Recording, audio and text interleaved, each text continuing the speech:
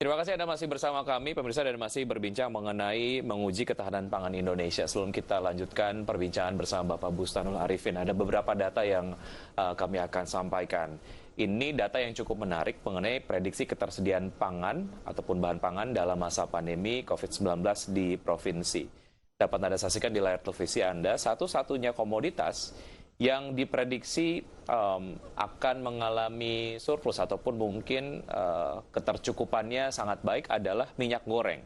Tapi di komoditas-komoditas yang lain seperti bawang putih, gula pasir, cabai merah, telur ayam, cabai rawit, jagung, beras, dan lain sebagainya, di berbagai macam provinsi ini mulai ataupun diprediksi akan mengalami kelangkaan. Di antaranya adalah untuk bawang putih diprediksi akan mengalami kelangkaan di 31 provinsi. Kemudian untuk gula pasir, 30 provinsi akan mengalami kelangkaan gula pasir. Kemudian cabai merah akan langka di 23 provinsi, telur ayam akan langka di 22 provinsi, cabai rawit akan langka di 19 provinsi, jagung akan langka di 11 provinsi, dan beras akan langka di 7 provinsi, dan bawang merah akan langka di 1 provinsi.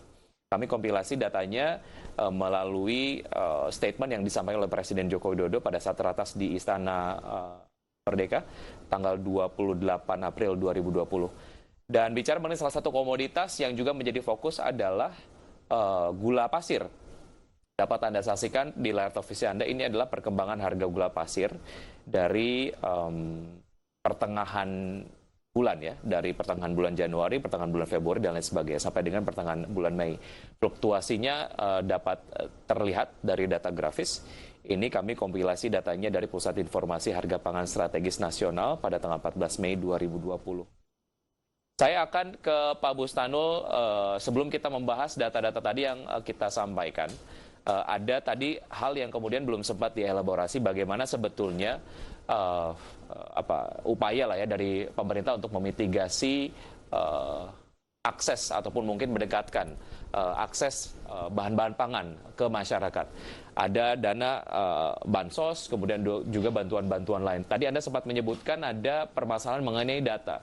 Ini menjadi permasalahan sehingga membuat program-program mitigasi yang dilakukan oleh pemerintah ini tidak berjalan efektif. Silakan dijelaskan lebih lengkap Pak Bustanul. Para pendengar, para pemirsa, jadi pemerintah itu menggunakan DTKS namanya, Data Terpadu Kesejahteraan Sosial, yang diupdate oleh Pusdatin, Pusat Data dan Informasi di Kementerian Sosial, ya.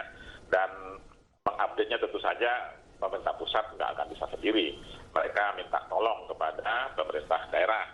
Dan dari 514 kabupaten kota itu, menurut informasi terakhir kami sengaja rapat dengan teman-teman di Pusdatin itu, ternyata hanya 200 sekian, jadi 300 kabupaten kota belum melakukan update data. Nah, sementara justru itu adalah basis utama untuk pembagian data, pembagian bansos tadi. Beberapa memang sudah ada sejak lama, bahkan data yang digunakan untuk BPNT, bantuan pangan non tunai, sudah ada.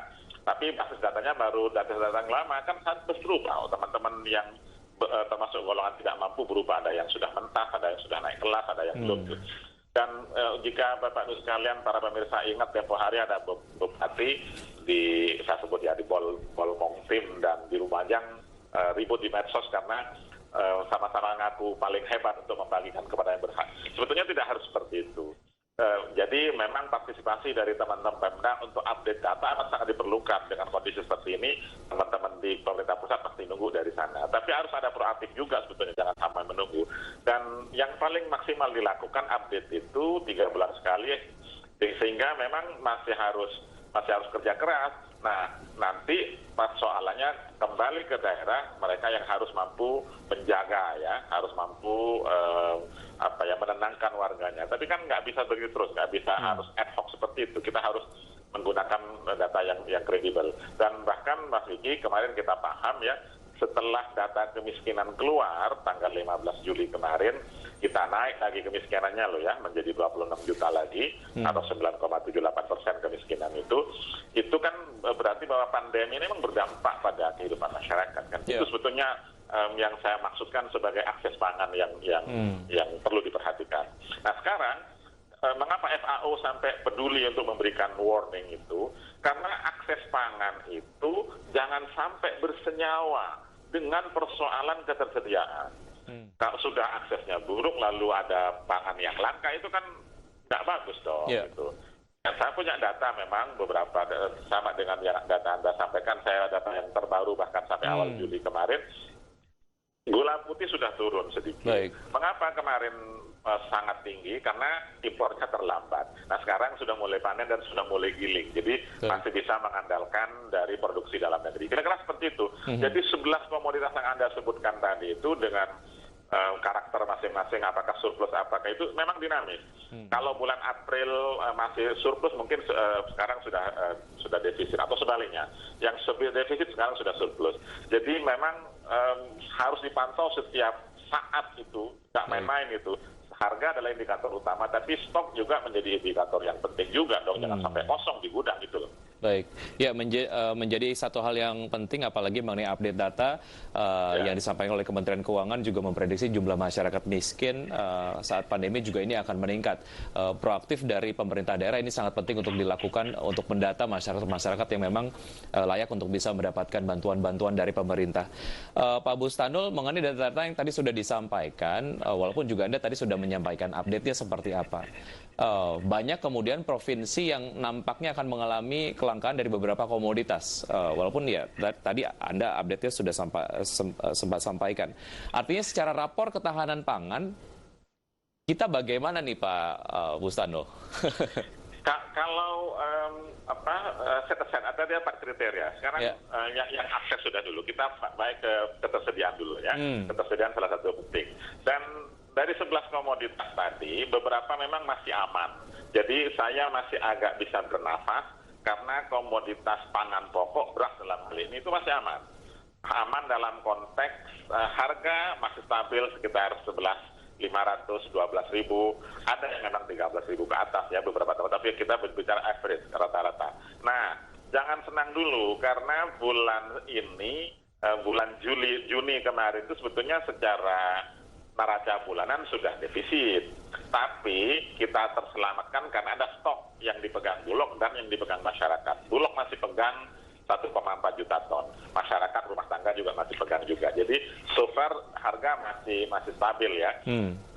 Tapi yang harus diperhatikan karena panen gadu bahasa Jawanya, panen bulan kemarau ini biasanya tidak setinggi pada panen musim April bulan Mei kemarin. Itu antisipasi pada Oktober November itu harus diperhatikan Mas. Justru jangan sampai shortage pada saat yang sangat kritis itu. Orang sebut musim paceklik. Dan kalau bagi saya ya lebih baik ada stok daripada kosong gitu. Kosong itu lebih rentan ya. Kita berbicara ekonomi, kita bicara market review, market itu respon terhadap psikologi loh.